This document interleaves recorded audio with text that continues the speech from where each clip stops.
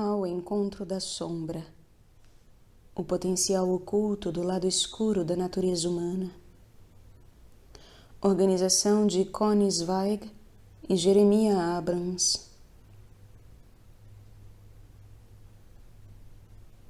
Tradução Merle Scos. Editora Cultrix. Canal Le Conde.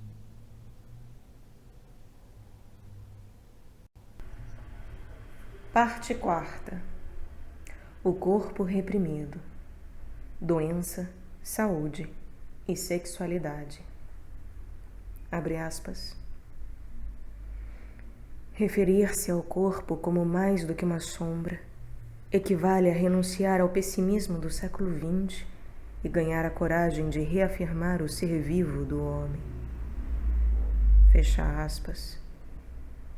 John P. Conger. Abre aspas.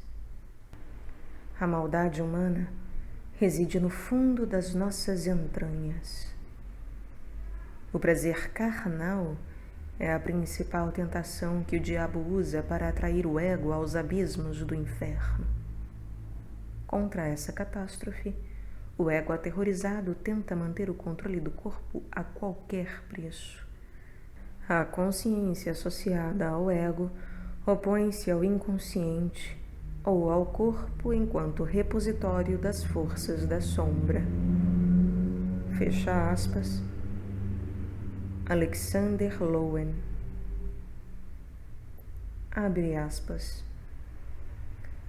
O homem selvagem, uma figura masculina da sombra, encoraja-nos a confiar naquilo que está embaixo, a metade inferior do corpo, os órgãos genitais, as pernas e tornozelos, nossas insuficiências, as solas dos pés, os ancestrais animais, a própria terra, os tesouros da terra, os mortos há muito nela enterrados, a difícil riqueza das profundezas.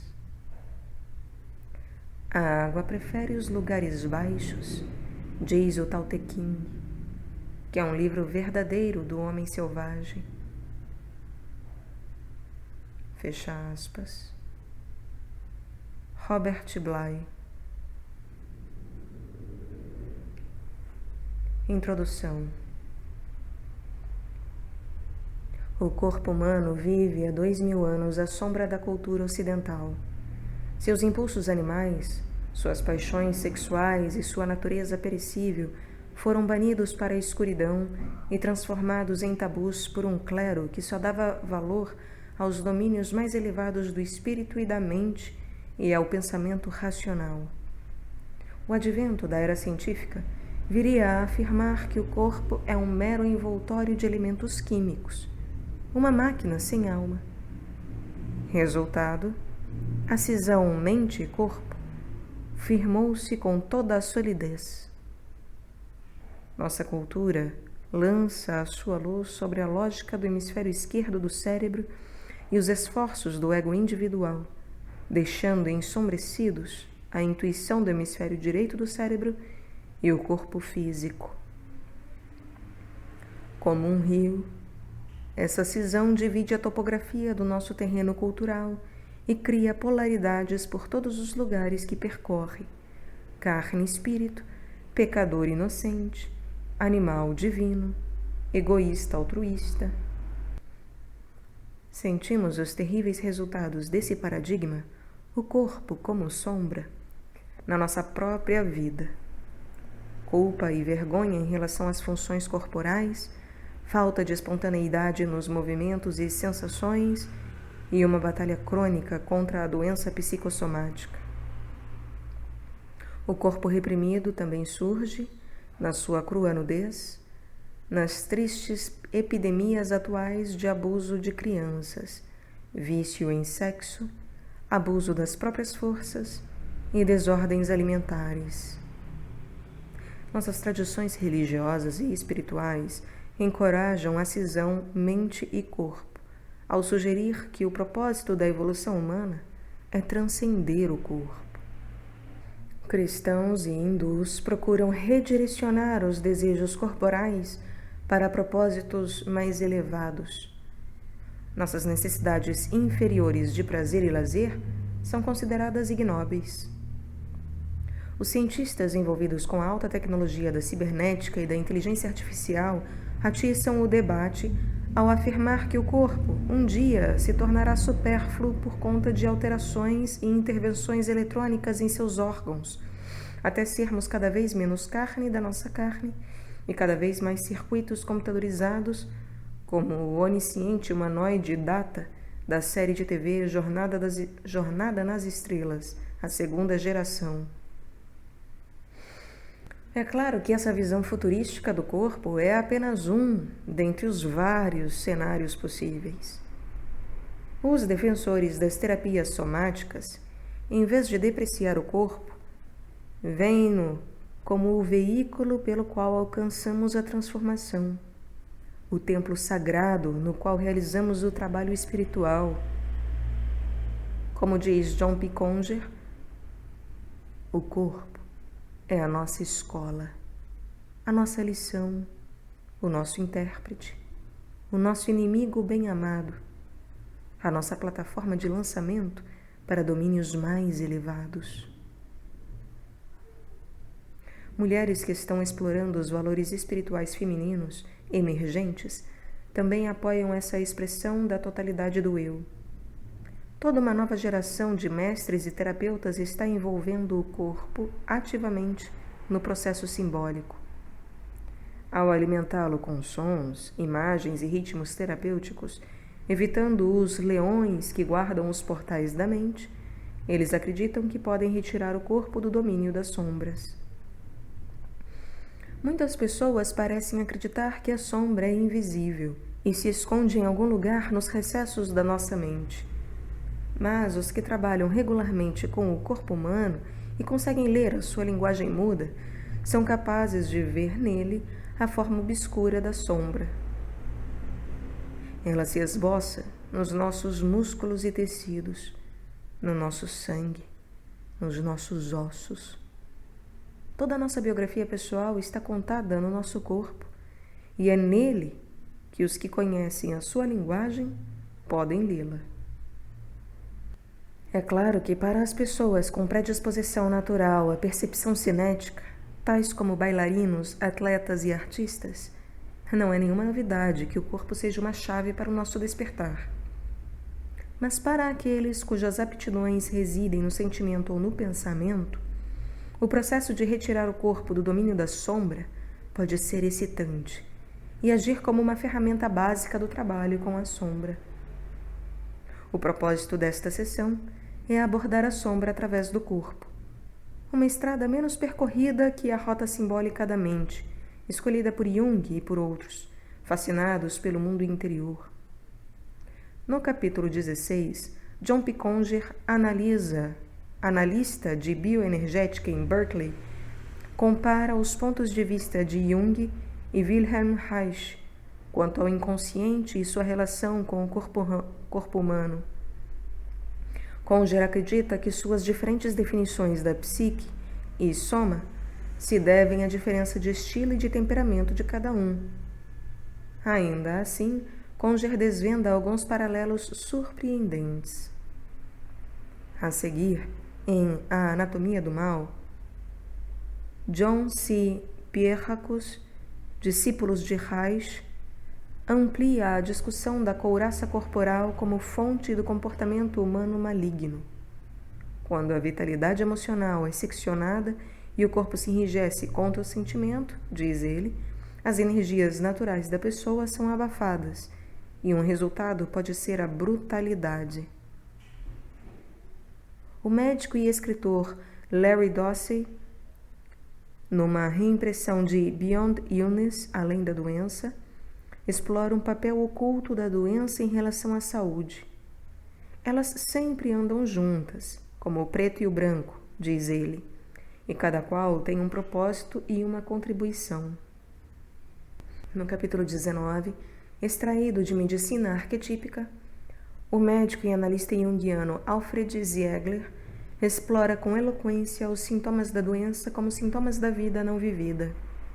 Ele explica, abre aspas, quando nossas fatuidades se desgovernam, nossas inferioridades e qualidades recessivas revertem a manifestações corporais.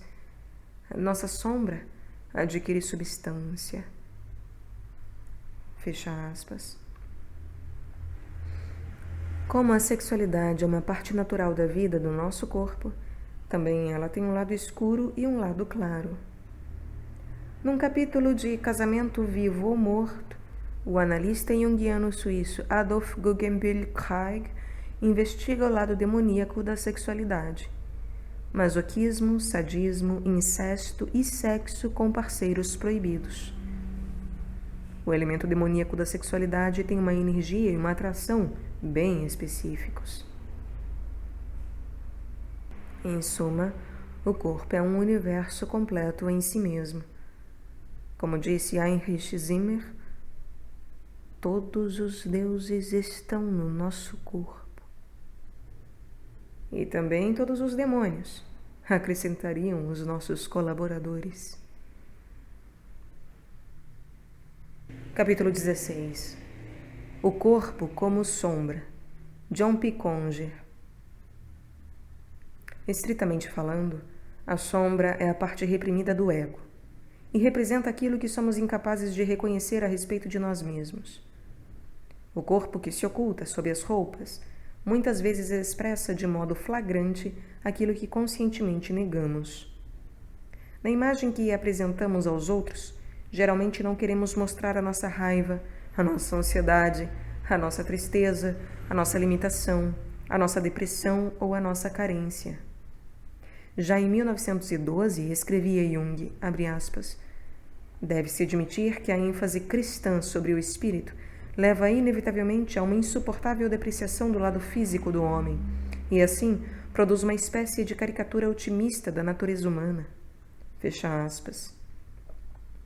Em 1935, Jung fazia palestras na Inglaterra sobre suas teorias em geral e, de passagem, mostrou como o corpo pode apresentar-se como sombra. Não gostamos de olhar para o lado da sombra de nós mesmos. Portanto, há muitas pessoas na nossa sociedade civilizada que perderam de todo suas sombras, perderam a terceira dimensão e, com isso, perderam o corpo. O corpo é um amigo extremamente duvidoso, pois produz coisas das quais não gostamos.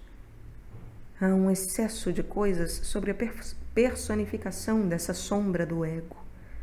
Às vezes ela forma um esqueleto no armário e todos, naturalmente, querem livrar-se dele. Na verdade, o nosso corpo é a nossa sombra na medida em que ele contém a história trágica das 1000 maneiras como estancamos e reprimimos o fluxo espontâneo da energia vital até que o nosso corpo se transforme num objeto morto. A vitória da racionalização extrema da vida é conseguida às custas da vitalidade mais primitiva e natural. Para as pessoas que conseguem ler o corpo, ele mantém o registro do nosso lado reprimido, revelando aquilo que não ousamos falar e expressando nossos medos presentes e passados. O corpo como sombra é principalmente o corpo como caráter. O corpo como energia represada que permanece não reconhecida e não utilizada, que não é admitida nem está disponível. Embora Jung fosse um homem vibrante, alto e corpóreo, na verdade ele pouco falou sobre o corpo. Quando construiu a torre em Bellingen, ele voltou a uma vida mais primitiva, bombeando a sua própria água de poço e rachando a sua própria lenha. Sua corporalidade, espontaneidade e encanto indicavam certa satisfação e um estar em casa com o seu próprio corpo. Diversas de suas declarações ocasionais mostram uma atitude em relação ao corpo que, embora mais desapegada e mais metafórica, estava em harmonia com as ideias de Reich. Aquele que nos ensinou a observar e a trabalhar com o corpo era direto e concreto. Ele via a mente e o corpo como funcionalmente idênticos. Reich trabalhou a psique como uma expressão corporal e ofereceu uma alternativa e antídoto brilhantes aos sofisticados psicanalistas analíticos de Viena, que, pelo menos no início, não percebiam o poder da expressão corporal na psicanálise.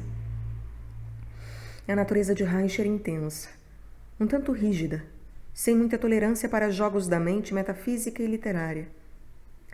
Ele era um cientista enraizado naquilo que podia ver, com uma predisposição impaciente para descartar tudo o mais como místico, uma categoria na qual, ao ingressar no círculo de Freud no início dos anos 20, logo incluiu Jung. Mais tarde, em Éter, Deus e o Diabo, de 49, Reich escreveu, abre aspas, a identidade funcional como um princípio de pesquisa do funcionalismo ergonômico está expressa, no seu máximo brilhantismo, na unidade da psique e soma, emoção e excitação, sensação e estímulo. Essa unidade ou identidade, enquanto princípio vital básico, exclui de uma vez por todas qualquer transcendentalismo ou mesmo a autonomia das emoções. Fecha aspas.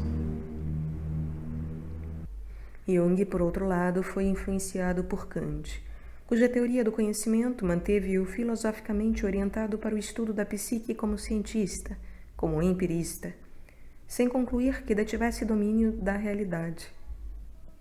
No ensaio Sobre a Natureza da Psique, Jung escreveu, abre aspas, já que psique e matéria estão contidas num único e mesmo mundo, e além disso estão em contato contínuo uma com a outra e dependem, em última análise, de fatores transcendentais irrepresentáveis, não apenas é possível, como também razoavelmente provável, que psique e matéria sejam dois aspectos diferentes de uma única e mesma coisa. Fecha aspas. Embora haja frequentes e espantosos pontos de acordo entre eles, Reich e Jung abordaram seu trabalho de maneiras radicalmente opostas. Com tantas diferenças irreconciliáveis de estilo e temperamento diante de nós, a proposta de unir esses dois sistemas é inesperada e um tanto assustadora. A ironia é que a união dos sistemas de Jung e Reich se dê através da mediação teórica de Freud. Reich e Jung nunca conversaram entre si, jamais trocaram correspondência, nem se comunicaram de qualquer modo. Apenas alguns comentários esparsos indicam que Reich sabia da existência de Jung. E seu conhecimento de Jung soa um tanto preconceituoso e baseado numa avaliação superficial. Por outro lado, não existe nenhuma menção a Reich em nenhum dos escritos de Jung. Mas tanto Reich quanto Jung estavam sempre confrontando seus conceitos com a doutrina de Freud. E assim, desse modo inesperado, podemos estabelecer um cruzamento entre os conceitos de Reich e os de Jung. No ensaio que escreveu em 1939, Jung comparou seu conceito da sombra com o conceito freudiano do inconsciente. A sombra, disse ele, abre aspas, coincide com o inconsciente pessoal, que corresponde à concepção de Freud do inconsciente. Fecha aspas. No prefácio à terceira edição de A Psicologia de Massa do Fascismo, escrito em agosto de 42, Reich disse que seu conceito de camada secundária correspondia ao inconsciente de Freud. Reich explicou que o fascismo emerge da segunda camada da estrutura biopsíquica. Essa última representaria as três camadas autônomas da estrutura, ou depósito de desenvolvimento social do caráter. A camada superficial do homem médio, de acordo com Reich, é reservada, polida, compassiva, responsável, conscienciosa. Mas a camada superficial de, abre aspas, cooperação social não está em contato com o âmago biológico profundo do eu. Ela é sustentada por uma segunda camada, intermediária, que é feita exclusivamente de impulsos cruéis, sádicos, lascivos, vorazes e invejosos. Ela representa o inconsciente freudiano, ou aquilo que está reprimido. Fecha aspas. Já que a sombra de Jung e a segunda camada de Reich correspondem ambas ao inconsciente de Freud, podemos admitir pelo menos certa correspondência entre elas. Reich via a segunda camada ao refletir-se no corpo, como contrações rígidas e crônicas dos músculos e tecidos, uma couraça defensiva contra assaltos do interior e do exterior, uma comporta que reduzia de modo drástico o fluxo de energia no corpo. Reich trabalhava diretamente sobre a camada encouraçada do corpo e, assim, liberava o material reprimido. O corpo como sombra refere-se, então, ao aspecto encouraçado do corpo. No conto de fadas de Hans Christian Andersen, The Shadow, A Sombra, uma sombra consegue desligar-se de seu proprietário, um homem de letras. O homem continua a viver razoavelmente bem e até desenvolve uma nova sombra, um tanto mais modesta. Alguns anos mais tarde, ele encontra sua antiga sombra, que se tornou rica e famosa.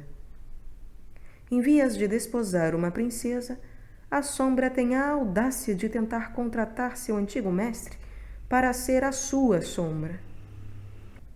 O homem tenta denunciá-la, mas a sombra, inteligente, o aprisiona e convence a princesa de que a sua sombra havia enlouquecido. E assim, elimina o homem que põe em risco o seu amor. Essa história nos conta como os aspectos escuros e descartados do ego podem unir-se de uma maneira tão poderosa e imprevisível e materializar-se com tanta força que passam a dominar e revertem o relacionamento mestre-servo. Uma história que demonstra aquilo que Reich teria visto como o desenvolvimento do caráter encouraçado.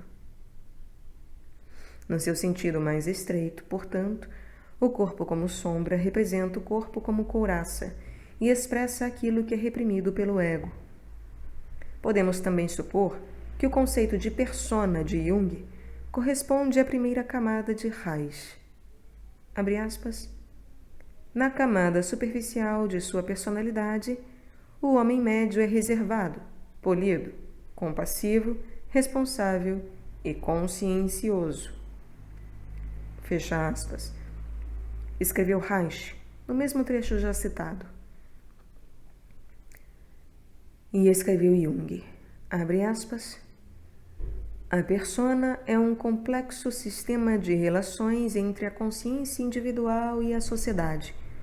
Um tipo de máscara bastante adequada que se destina, por um lado, a causar uma impressão definida nos outros e, por outro, a ocultar a verdadeira natureza do indivíduo. Fecha aspas. Embora a persona de Jung funcione de modo mais complexo que a primeira camada de Reich, existe uma razoável correspondência entre os dois sistemas. Jung via a persona como parte de um equilíbrio entre o consciente e o inconsciente, uma sequência de compensações. Quanto mais um homem desempenhar o papel de forte para o mundo, mais ele será interiormente compensado por fraqueza feminina. Quanto menos um homem perceber o feminino dentro de si, tanto mais provável será que ele projete no mundo uma forma primitiva de ânima, ou seja, propenso a ataques, caprichos, paranoias e histerias. Reich tendia a descartar a camada superficial como inconsequente. Jung estudava a interação vital entre a máscara e a vida interior. Para Reich, o meio de alcançar a camada central do homem era desafiar a camada secundária da sombra. A resistência tornou-se para Reich uma espécie de bandeira que assinalava a área de encouraçamento e mostrava o caminho para alcançar o âmago do ser humano. Abre aspas. Nesse âmago, em condições sociais favoráveis, o homem é, em essência, um animal honesto, laborioso, cooperativo, amoroso e, se motivado, racionalmente hostil. Fecha aspas. Essa equivalência entre o conceito da sombra de Jung e a camada secundária de Reich não passa de uma aproximação inexata. Jung viu a sombra como parte do centro vital da natureza divina da psique humana. O lado escuro oferece-nos um poderoso meio de entrada à vida negada do homem. Mas, para Reich, o mal é um mecanismo crônico que nega a energia vital, sendo um obstáculo ao centro biológico espontâneo do homem. O diabo nunca alcança o nível central, mas personifica a segunda camada reprimida. Após anos de trabalho, Reich veio a compartilhar do desespero terapêutico de Freud. Ele havia tentado dissolver a couraça em escala de massa através da educação e, em termos individuais, na terapia. Seu modelo das 3 camadas não reconhece valor na camada secundária, que parece virtualmente impossível de dissolver-se por completo. Hoje em dia, os praticantes geralmente admitem que todas as pessoas precisam de alguma couraça como proteção. A terapia busca não apenas dissolver essa couraça, como também introduzir flexibilidade e escolha consciente naquilo que era uma estrutura de defesa rígida e inconsciente. Embora o conceito biológico de couraça tenha aplicação específica no trabalho energético com o corpo, a sombra, como seu equivalente funcional em termos psíquicos, desfruta de uma gama de significados apropriados à sua função psicológica. A sombra contém energia que foi reprimida. A sombra não pode ser totalmente dissolvida, nem reprimida com sucesso. Precisamos nos relacionar com a sombra para integrá-la, mesmo reconhecendo que algum âmago profundo da sombra jamais será domado. A sombra e o duplo contêm não apenas a escória da nossa vida consciente, mas também a nossa energia vital primitiva e indiferenciada. Uma promessa do futuro, cuja presença amplia a nossa percepção e nos fortalece através da tensão dos opostos.